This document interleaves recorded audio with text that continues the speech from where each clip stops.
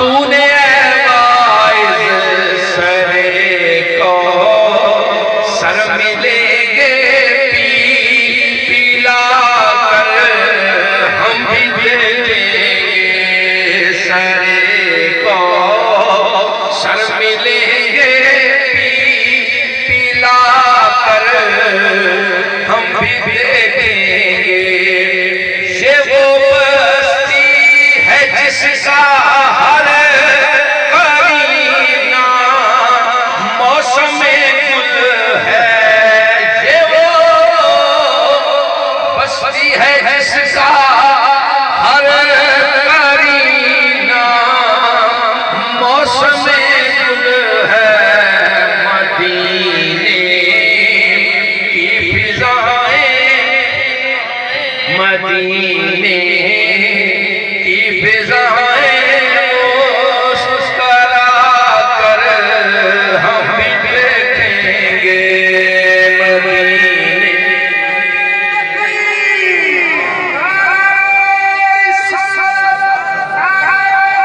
مدینے کی فضائیں مسکرا کر ہم بھی دیکھیں گے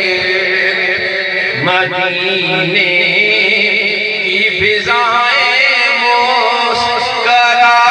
کر ہم بھی دیکھیں گے ادب ہی بارگاہ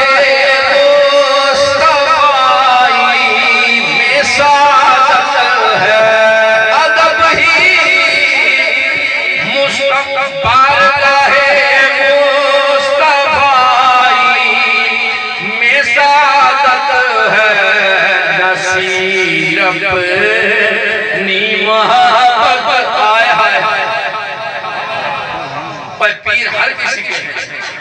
ہر کوئی اپنے پیر رکھتا ہے بعض ہمارے پیروں کی بات نہیں کرتا تمہارا پیر اس طرح کی کوئی لکھے تو بندہ بات کرے نا یہ ہر کسی کے بس کی یہ بھی سنیں جس طرح یہ ہر پیر کے لکھنے کی بس کی بات نہیں اسی طرح یہ ہر مرید کے پڑھنے کی بس کی بات چشتی یہ بھی سن لیں ہر کوئی لگن سے لگاؤ سے عقیدے سے محبت سے محبت سے جذبے سے دل سے صرف لوگوں کو دکھانے کے لیے نہیں اپنی محبت بھی شامل ہونے چاہیے پھر جا کے مزہ آتا ہے کیسا خوبصورت پیر صاحب نے مزہ لکھا ہے ادب ہی بارگاہ مصطفی میں سعادت ہے بارگاہ مصطفی میں سعادت ہے نصیب اپنی محبت آزما کر ہم بھی دیکھیں گے نصیب اپنی محبت آزما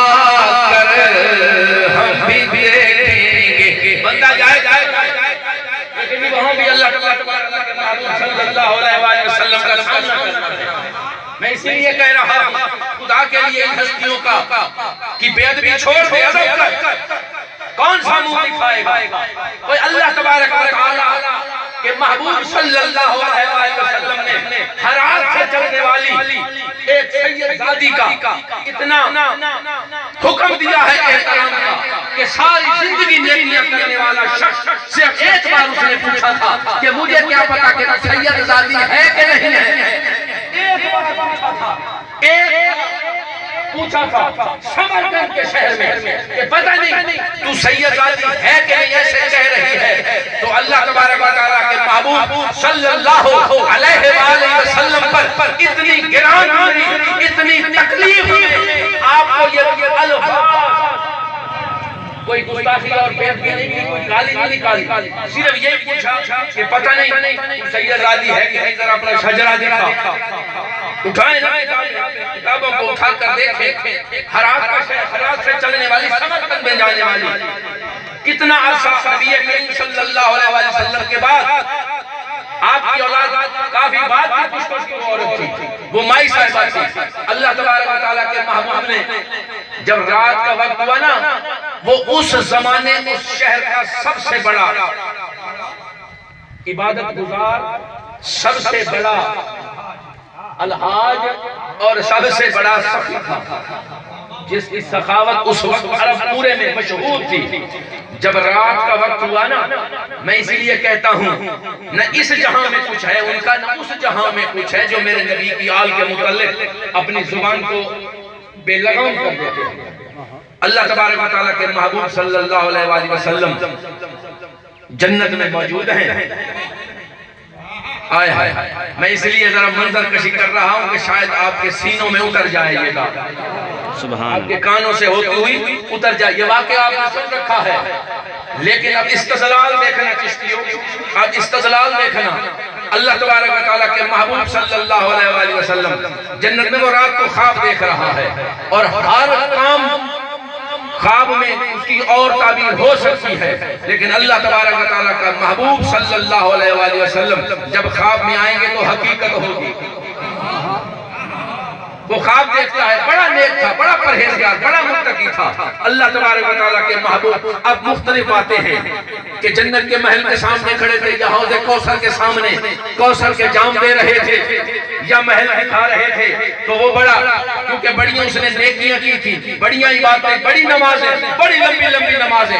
ساری رات کو تہجد بھی اس کی قضا نہیں ہوئی تھی، بڑی تسبیح کی ٹھک ٹھک کرتا تھا، لیکن دیکھیں ہر چیز کہاں پہ ضائع ہو رہی ہے۔ سمجھنے کی بات ہے، کہاں پہ ہر چیز لٹ رہی ہے اس کی، کہاں ہر چیز تباہ ہو رہی ہے۔ اللہ تبارک و تعالیٰ کے محبوب صلی اللہ علیہ وآلہ وسلم جام کوثر اپنے غلاموں کو دے رہے ہیں، غلام بھر بھر کے پی رہے ہیں، اور وہ جب آیا بڑا خوش ہو کے آیا کہ میں تو جس طرح جاؤں گا تو آپ دیں گے مجھے، لیکن جو ہی وہ سامنے آیا نا، ہائے ہائے ہائے ہائے، اللہ کے محبوب نے اپنا رخ انور ہٹا لیا، اپنا رخ انور ہٹا لیا، وہ دوسری طرف سے آیا، اللہ کے محبوب نے رخ اور طرف پھیر لیا، اس طرف آیا، چاروں طرف گھوما۔ اللہ تبارک و تعالیٰ کے محبوب صلی اللہ علیہ وآلہ وسلم نے اسے دیکھنا بھی گوارا نہ کیا، جام کوثر دینا تو بڑی دور کی بات ہے، دیکھنا بھی گوارا نہ کیا۔ اس نے عرض کی، اے اللہ کے محبوب، میں تو بڑا نیک اور بڑا پرہیزگار، بڑا متقی، بڑا صالح آدمی تھا، بات کیا ہے؟ اللہ تبارک و تعالیٰ کے محبوب، جواب سننا، اللہ تبارک و تعالیٰ کے محبوب صلی اللہ علیہ وآلہ وسلم نے فرمایا، اچھا تو عبادت گزار تھا، تو صالح تھا، تو نیک تھا، تو نے کوئی برا کام نہیں کیا تھا، تو نے ہر اللہ کے فرمان پر لبیک کہا تھا، ذرا بتا تو صحیح اس کی سند دکھا مجھے،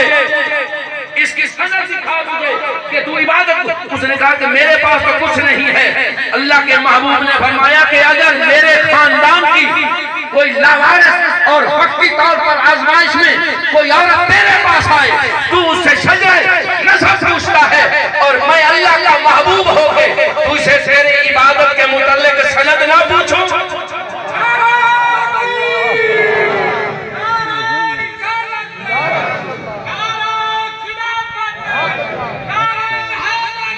اب میں ان لوگوں سے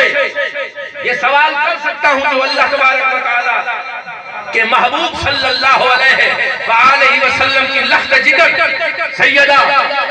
زاہدہ طیبہ طاہرہ راقیہ جناب فاطمہ الزہرا سلام اللہ علیہا، ان کے متعلق جو زبان درازی کرتے ہیں، ان کو جو خدا کی نسبت دیتے ہیں، وہ اللہ کا محبوب اپنے خاندان کی اتنی محبت کرتا ہے کہ اتنے پشتوں بعد اگر کسی عورت سے کوئی نسب پوچھ لے، کوئی شجرہ پوچھ لے، اللہ کا محبوب جنت میں اس سے منہ موڑ لیتا ہے، اور جو آپ کی لخت جگر ہو، جو آپ کی بیٹی ہو، یہ سن لیں اور سمجھ لیں، ان کے متعلق جن کا عقیدہ درست نہیں، حشر سے جب لگے گا سو لگے گا، محشر سے جب ہوگا سو ہوگا۔ ابھی یہ عنقریب قبر آنے والی ہے، یہ برزخ آنے والا ہے، یہ قبر کی منزلیں آنے والی ہیں، یہیں پر تیری یہ عقل، تیرے علم کا گمان، تو جو اپنے آپ کو مولوی یا پیر یا پتہ نہیں کیا کچھ کہتا ہے، یہ تیری ہر چیز ختم ہو جائے گی۔ یہ جو تو نے خطا کی باتیں کی ہیں نا، اور خطا کی باتیں کرنے والوں کے ساتھ جو کھڑے ہو گئے ہیں، یہ سن لیں، اللہ کے محبوب صلی اللہ علیہ وآلہ وسلم نے فرمایا کہ جو میری اہل بیت کی محبت میں مر گیا، گویا اس طرح ہے جس طرح شہید ہو گیا۔ اور اس جہاں میں سب سے کامیاب وہ ہے کہ جو شہادت پہ مر گیا۔ اللہ کے محبوب نے فرمایا میری آل کی محبت میں جو مرے گا وہ شہید ہوگا، اور جو بغض میں مرے گا، کیوں جی بولو نا، آپ تو اللہ کے کرم سے بغض نہیں رکھتے نا اہل بیت کے ساتھ، آپ تو تمام کے تمام محبت اہل بیت میں گم ہو، اسی طرح ہے نا، تو پھر آپ تو کھل کے بولو، جو محبت میں مرے وہ شہید۔ فرمان کس کا ہے؟ اللہ کے محبوب صلی اللہ علیہ وآلہ وسلم کا ہے۔ جو محبت اہل بیت میں مر گیا وہ شہید کی طرح اس کا مقام اس کو عطا ہوا، اور جو بغض میں مر گیا، جو کہے نبی کی بیٹی کا جو عمل تھا وہ درست نہیں تھا۔ اب میرے پاس الفاظ نہیں، میں محفل میں بیٹھا ہوں، نہیں تو آپ کو پتا ہے کہ الفاظ میرے تھوڑے سے تلخ لوگوں کو ضرور لگتے ہیں۔ میں نے پہلے کہا ہے کہ تو اپنی زبان کو کھولتے ہوئے تجھے شرم نہیں آئی، اور اب ہمارے الفاظ مجھے بہت تکلیف دیتے ہیں۔ یہ تکلیف والی بات نہیں ہے، یہ تیرے اصلاح کے لیے بات ہو رہی ہے۔ جو شخص اس بیماری میں مبتلا ہوا وہ مجھے براہ راست سن رہا ہے یا میری ریکارڈنگ سنے گا، اس سے میں ہاتھ جوڑ کے التجا کرتا ہوں کہ کیونکہ تو میرے نبی کا امتی ہے، اور میرے نبی کے ہر امتی کو خواہش ہے کہ اللہ تبارک و تعالی جنت میں لے کے جائے، کیونکہ میرے محمد عربی صلی اللہ علیہ وآلہ وسلم کی دعائیں بھی ساری زندگی یہی رہی ہیں۔ اللہ سے ہمیشہ اپنی امت کی بخشش کی دعائیں کرتے رہے، اور میں اگر امتی بھی ہوں اور نوکر بھی ہوں تو میں امت کے لیے دعا نہ کروں تو پھر تو مزہ نہ آیا نا۔ اپنے لیے دعائیں کرو، امت جہاں جائے، نہیں اس طرح نہیں ہے۔ یہ بھی اللہ تبارک و تعالیٰ کے محبوب کی سنت میں عمل ہے کہ تمام امت کے لیے بخشش اور رحمت کی دعا کی جائے، اور میں بھی اسی لیے یہ گزارش کر رہا ہوں کہ اہل بیت کے متعلق اور اس طرح کی گفتگو، اور ڈائریکٹ آپ کی بیٹی جس سے میرے نبی کی آل نے قیامت تک کے لیے چلنا ہے،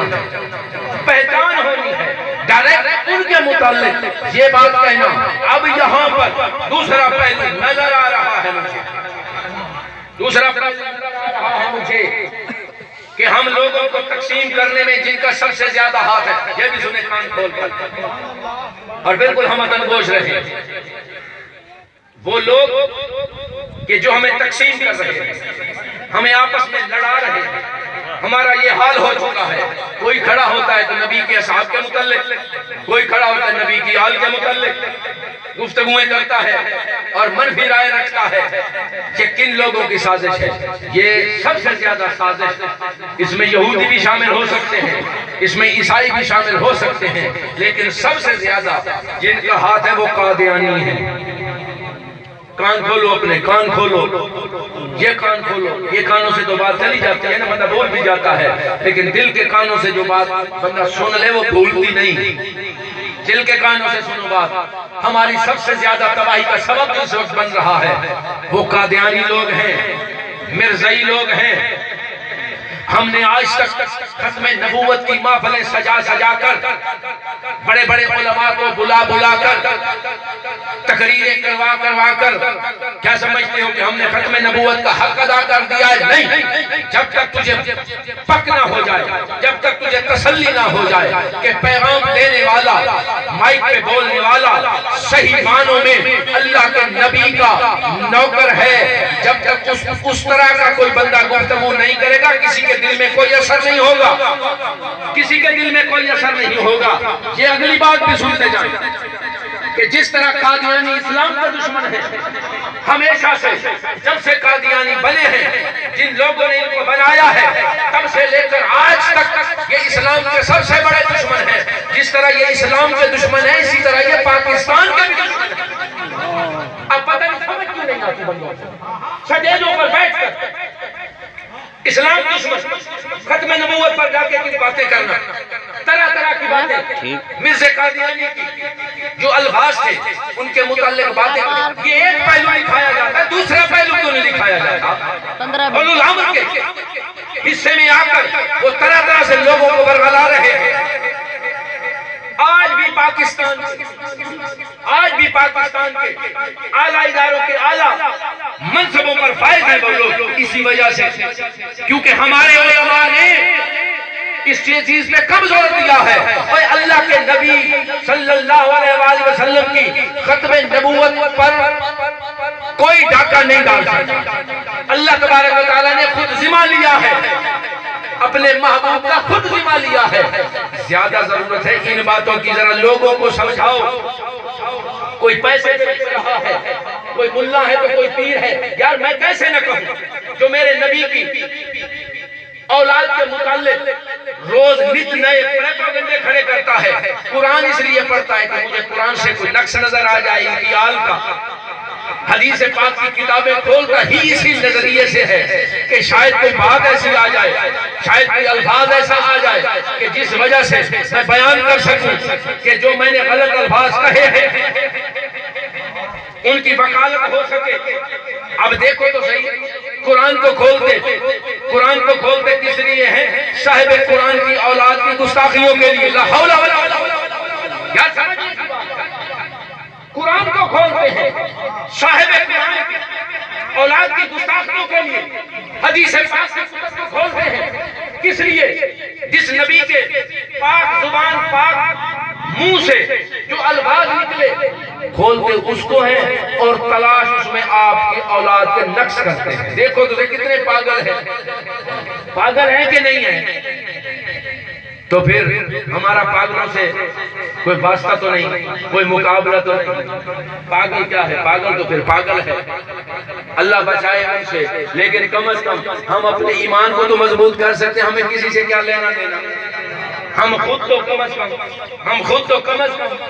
اس طرح کر سکتے ہیں کہ اپنے ایمانوں کی حفاظت تو کریں۔ کسی موقع پر ختم نبوت کی بات ہو، وہ صرف ختم نبوت کے انکاری نہیں قادیانی، ان میں ہر وہ چیز شامل ہے۔ وہ اصحاب کے بھی گستاخ ہیں، وہ اولاد مصطفیٰ صلی اللہ علیہ وآلہ وسلم کے گستاخ ہیں، وہ اولیاء اللہ کے بھی گستاخ ہیں۔ کس طرح کی وہ جو انہوں نے گستاخیاں کی ہیں بندہ سٹیج پہ بیان کرنے کی ضرورت ہی نہیں۔ ہمیں ضرورت کیا ہے؟ ہمارے لیے اعزاز کی باتیں کم ہیں اپنے نبی کی، اپنے نبی کے اصحاب یا آپ کے اولاد کے جو اللہ تبارک و تعالیٰ کے نیک لوگوں نے جو قصیدے لکھے ہیں، جو نغمے لکھے ہیں، جو ترانے لکھے ہیں، جو نعتیں لکھی ہیں، کیا وہ کم ہیں؟ لیکن بتانا ضروری سمجھتا ہوں نوجوان نسل کو، آج کل یہ میڈیا کا دور ہے، موبائل کا، اس پہ ذرا زیادہ دھیان مت دیا کرو۔ جب کبھی ضرورت پیش آئے تو ایسے عالم، ایسے استاد کے پاس جاؤ جس کے متعلق تجھے پتا ہو کہ اس کا عقیدہ بالکل ٹھیک ہے۔ اصحاب رسول کے متعلق بھی اور اولاد رسول صلی اللہ علیہ وآلہ وسلم کے متعلق بھی کسی ایک آنکھ والے، کسی کانے اندھے کے پاس نہیں جانا ہم نے، نہ ہم نے اس کی بات کو لینا ہے۔ ہم نے صرف اور صرف جو اللہ کے محبوب صلی اللہ علیہ وآلہ وسلم کے ساتھ نسبت رکھنے والی ہر ہستی کے متعلق اپنا عقیدہ درست رکھتا ہو، حیا کرتا ہو ان کا، ادب کرتا ہو ان کا، احترام کرتا ہو ان کا، ان سے بات پوچھنی ہے۔ کیونکہ یہ موبائل کا دور آ گیا ہے، جو چیز موبائل، جب پوچھا جاتا ہے یہ سوال تو تم نے کیا، یہ سوال تم نے لیا، کئی بار ایسا ہوتا ہے سوال کرتے ہیں لوگ، جواب سننے کے بعد پھر ہمارا بھی تو حق بنتا ہے سوال کرنا اس پر، تو ہم پوچھتے ہیں کہ یار یہ کیسے یہ بات کہاں سنی؟ یہ میں نے موبائل پہ دیکھا تھا، وہ کسی نے یہ ساڑی ہوئی، پوسٹ ساڑی ہوئی، ٹھیک ہے بھائی، یہ فلاں مولوی صاحب، کوئی فلاں